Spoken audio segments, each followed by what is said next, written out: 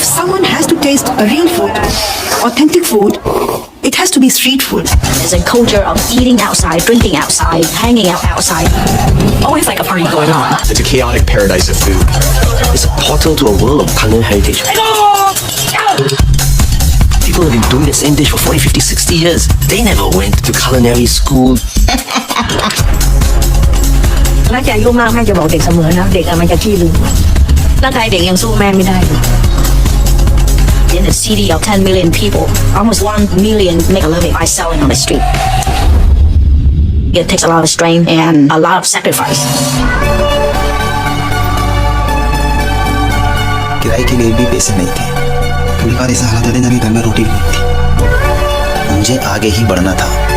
항상 몇 번이라도 포기하고 싶었지만 제가 포기할 수 없는 이유가 단 한 가지 있었어요.